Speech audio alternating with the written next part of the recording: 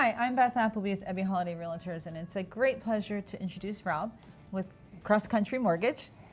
He's here today to talk to us a little bit about the buying process of a beach house, as in how are we paying for it, Rob? Right. How are we paying for it? How are we going to structure this one? How are we going to structure this one? So there are a lot of different ways. Number one is, what are you using your beach house for? So we need to start with that, because like me, it's my residence. Well, you're really good about getting them directed over into, our, first, because there are different ways. We need to know, is it going to be something that they're going to live in, or are we talking about something that's an income property? Because it's a whole different program each side that they go. So once we figure that out, then we can start talking about things like... second home is not income. Right. Two different things, and people don't understand that. So that's a whole nother conversation. Yeah, so someone that's just thinking, well, I'm going to live in it like part-time and, maybe use Airbnb or something like that the rest of the time. Well, that moves it into an income property category, which means it changes the guidelines on how much they want to put down, what they have to have in reserves, and all that stuff. And over the past 2 or 3 years, because what happened during the pandemic is everybody bought these homes and then they were renting them out, they've really cranked down on, if it's going to be a second home, it's a second home. If it's going to be an investment or an income property, it's an investment or an income property. Right. So that's the first thing we have to do, is identify what's the use of it? What do they want, out of the property? So let's just start there with, okay, so I decide I think it's my second home, but so-and-so wants to rent it for a week, and now I have this person renting it for a week, and then I have, somebody else coming down. That is not a second home. I mean, there's nothing saying that you can't rent it out, but there are certain guidelines that you have to live in that house for, depending on programs, how many months a year that you have to, work at it. But like one of the advantages of an investment property is you can use those rents to offset the payment, because that's a lot of what people are concerned with. How am I going to qualify? Well, if it goes to an income-driven property, you can offset it with what those rents or the profit and loss statement on the house was previously if it was a rental, and you can use that for qualifying. Right, and so I think partly that's where people got into trouble a little bit with all of the rentals down here, was they were using old numbers from, so if they bought it a year ago or 2 years ago and have been trying to rent it, they were basing that expense and what they're qualifying on from rents from the pandemic when everybody was here. Now we're out of that, and we have probably a good year and a half or 2 years of actual, what I call real rental history. And so that's going to change how they look at what this house really is making, because everyone's back to work, they're back to school, they're not coming down and staying 3 weeks at a time. So that's going to change a little bit of what they're doing, but it's still very possible. So if I have a buyer who goes, okay, this is going to be an income, I'm going to stay in it occasionally, but this is going to be an income property, I can get that income statement, that profit and loss statement from the seller. No matter how good or bad it looks compared to what it used to be. We're not worried about what it used to be, we're worried about what it is now, correct? Right. What is the most recent data on that house? Right. Because I think that's when a lot of people are kind of a little confused on. I think a lot of people get confused on the difference between the two. Second home and they do, property. Yes, they do. Because it really affects the amount of money you put down, the interest rate, what it takes to buy down the rate. Like, it is completely, you have to start with, what is the property going to be used for? Like, let's be honest with ourselves. Let's not take the best case scenario and try to apply it that you're going to get numbers from 22 and 23, right? The income numbers. Let's just roll with it. Let's roll the last 12 to 18 months and see what you have and make sure it makes sense. Okay, so that's number one. That's the first thing we have to establish. So when as a buyer you call me and you say, okay, I want to buy the house, automatically I go straight to, how are we paying for it, and do you have a lender? Yep.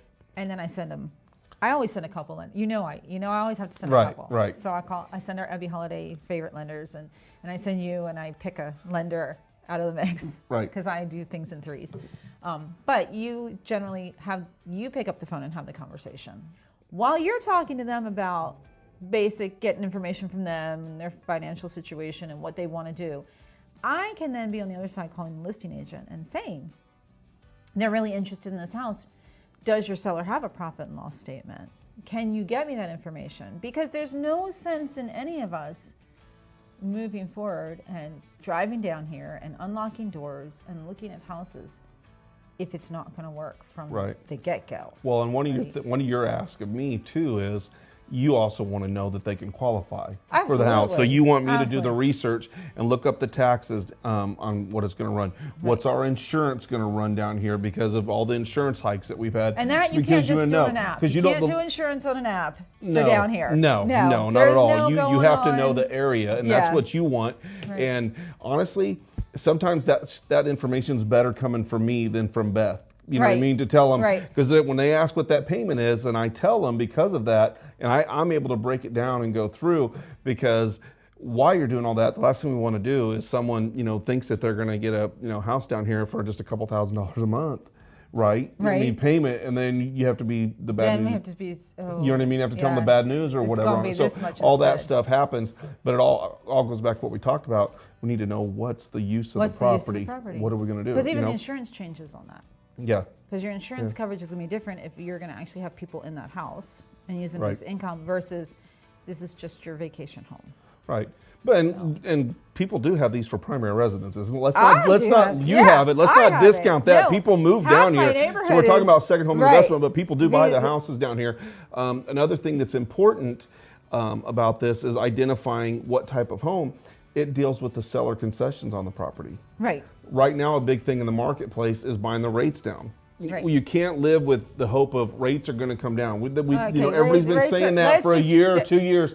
Well, let's not play that. Let's do it right now. Well, let's get the rate down to where it makes sense and they can afford the house. The reason why that's a big deal is buying the rate down can be paid for by the seller of the property. Right. Going back to what we talked about, the different amounts of money that you can use to buy down are based off, or how much is based off the type of home. If you got an investment property, that's only 2% that they can use. That's all they can use. That's all they can use. That's for closing costs, that's for buy down, all that kind of stuff. So we can only ask that. If it's a second home, that number jumps. Be 3%, 6%, 9%, depending on what they put down on it. Well, that's where you get into, to make it. But if we go second home, we're not going to be an income property, so we have to be able to afford it. See how important that is to figure out in the beginning what we're doing it. Right. And a lot of people right now are a little scared about putting a ton of money down. They don't want to break stuff out of investments because they're unsure what the market's going to do. Right. So they typically, what I've seen, and this is all over Texas, I've seen them generally want to start with putting like, say 10% down, but they want the mortgage set up with an option that if they want to put another 100,000 or 50,000 or whatever that number is down the road, the mortgage can reset, recast, reamortization, and lower the monthly payment. So if the stock market does go up and they've got the ability then to sell some stock, cover their tax loss, pull that out. They put that on the house, it will lower the payment. It's not just taking it off of the back end on the principal and stuff. Okay. Once again, there's different programs for primary residence, there's different homes, different programs for second homes, and different programs for investment on that recast option. So all of these things need to be discussed. I didn't do a recast option on my house, did I? I did not. I don't think you did.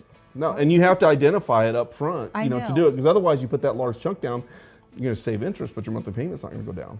Right. But these are all the things that I'm going to figure out while you're doing the research in the background and kind of tell you, because a lot of people don't think through this. They don't think about that extra money down the road when the stock market's up or whatever it's doing.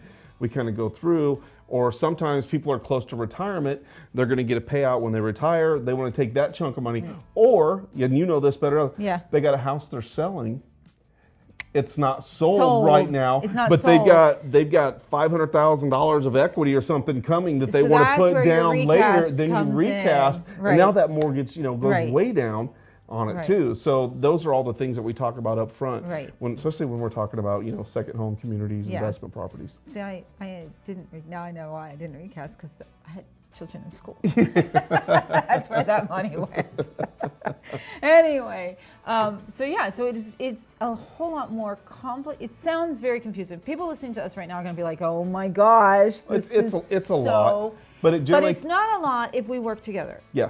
And it generally, in a 15 to 30-minute conversation, I'll hit the touch points and we'll kind of go over, and we will get dialed in, given these options, find out, you know, where they are financially. Are they selling a house to buy? Are they not? Do they even want that option?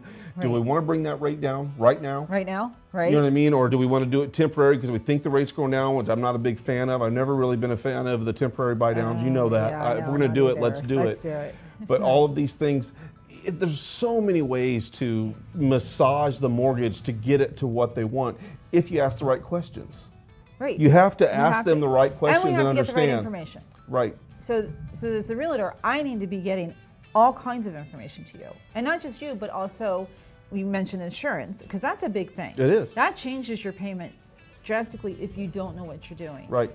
And I've run into that a couple of times down here where, you know, we don't have an elevation certificate, we don't have information on age of roof, things like that. All of that changes what that insurance payment's going to be.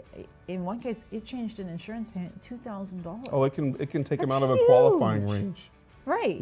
Someone could qualify for a home and they could lose their qualifying because the insurance is double. Because the insurance. Yeah.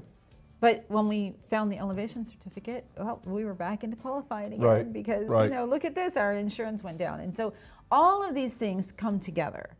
So we need to be proactive and figure out a good chunk of this, and then come on down. And once we have it set up for one property, if that one property isn't going to work, the numbers don't change that drastically at that point from property to property. No. So once we have something set up, we can then move. So this house didn't work, or we came and you opened the door and it didn't look like the pictures, because that happens a lot. Yeah. Then we can go, well, that's okay. We can go look at this house and this house and this house.